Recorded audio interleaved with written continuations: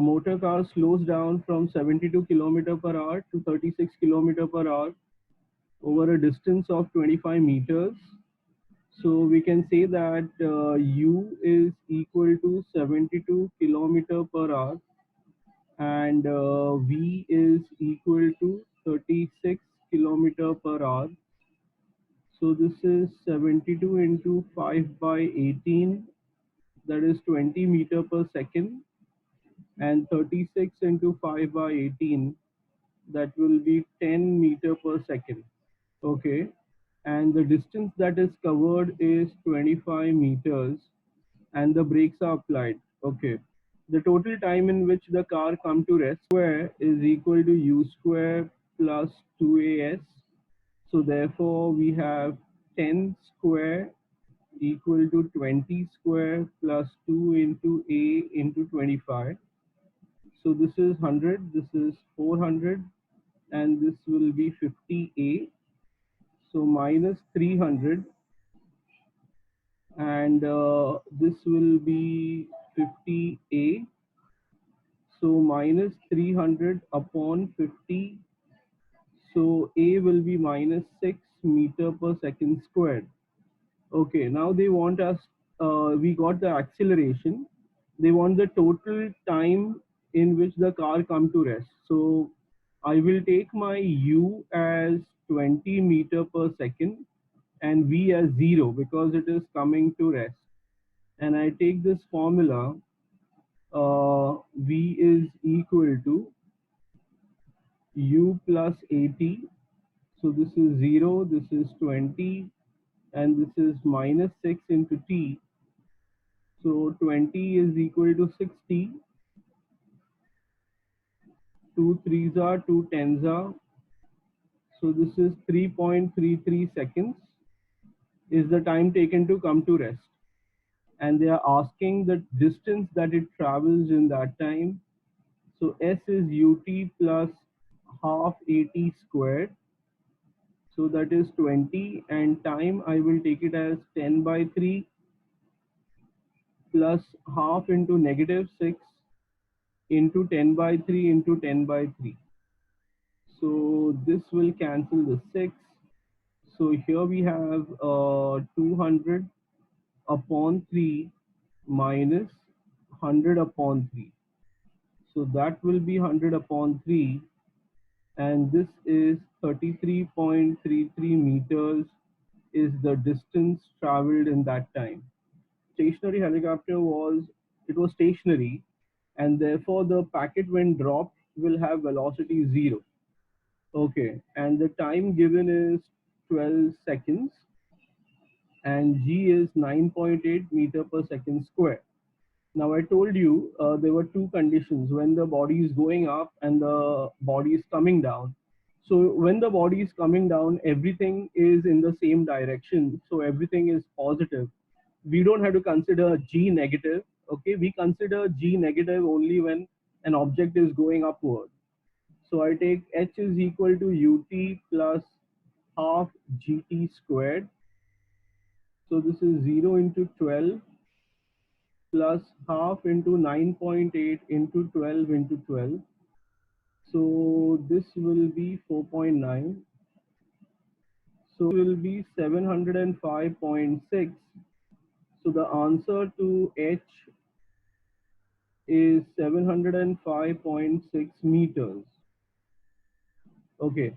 It also wants to find out the velocity of the packet when it reaches ground. So we know V is equal to U plus GT. So this is 0 plus 9.8 into 12, and that gives us 117.6 meter per second. So that's the velocity of the packet when it reaches. Stone is thrown vertically upward, takes 3 seconds to attain the maximum height. Okay, so they say maximum height. That means the final velocity is 0. Time is equal to 3 seconds, and G is 9.8 meter per second squared. So we have to find the initial velocity and the maximum height attained. Now students, again, just now I was telling you in the previous question So here it is going upward. So therefore we have to take G as negative. So V is equal to U minus GT. So this is 0, U, and this is 9.8, and this is 3. So 0 is equal to U minus, how much will be that? 29.4. So U will be 29.4 meter per second. So this is the initial velocity. And the second part is maximum height. H is equal to UT, and this will be half. And this will be 44.1. So the answer is 44.1 meters. A stone is thrown vertically upward, takes 4 seconds to attain the maximum height. So this is the same question, similar question. So we take V as 0, T as 4 seconds, and G as 10 meter per second squared. So we have V is equal to U plus U minus GT. So this is 0, this is U, 10 and 4. So U is equal to 40 meter per second. H is UT minus half GT squared. So this is 40 into 4 minus half into 10 into 4 into 4. So this will be 160, and this will be 160 upon 2, and that is 80 meters. That is 50 kilometer per second, and we have V, that is 60 kilometer per second, and the time is 10 seconds.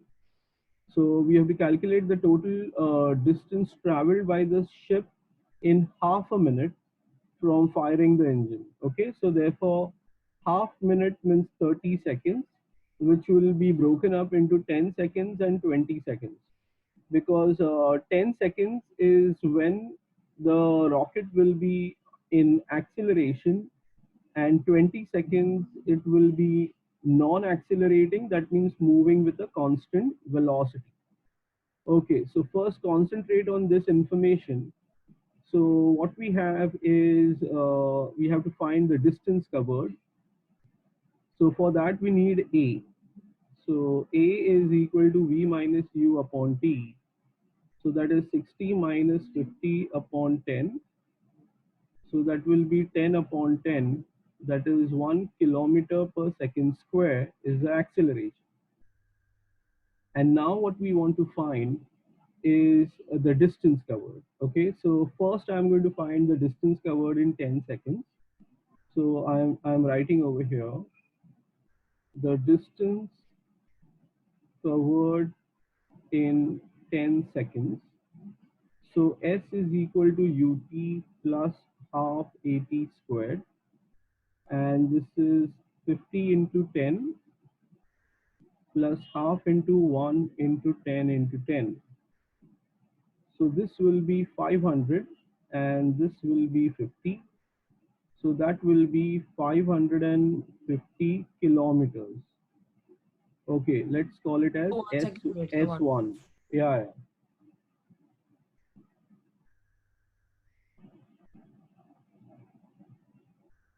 So distance covered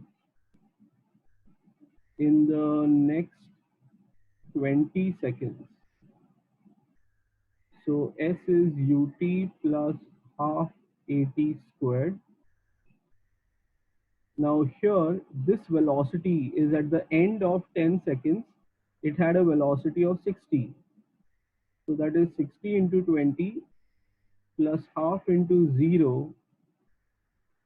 So that will be 1200 plus 0. So that is 1200 kilometers. And therefore, the total distance covered is equal to 550 plus 1200, and that will be 750 kilometers.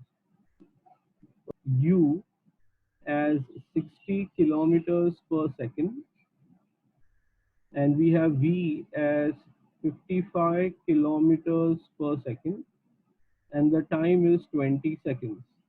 So again, they are asking for the total distance covered by the spaceship in 40 seconds. So I will break it up into 20 seconds and 20 seconds. So let's find the acceleration. So v minus u upon t. So this is 55 minus 60 upon 20. So negative 5 upon 20. So this is the acceleration. So that will be negative 1 by 4. Now, since we don't need the acceleration as an answer, I can leave it as a fraction. Okay. Now here we need the distance covered. So I'm writing over here the distance covered in the first 20 seconds. So S1 is equal to UT plus half AT squared. So this will be 60 into 20 plus half into negative 1 by 4 into 20 into 20. So this will be 1200, and this will be 4 5 and this will be 10. So that will be minus 50. So it will be 1150 kilometers is the first distance. Now then, uh, distance covered in the next 20 seconds. So S2 will be UT plus half AT squared, and that will be equal to 55 into 20 plus half into 0 into 20 square, and that will be 1100 plus 0, so that will be 1100 kilometers. And so the answer,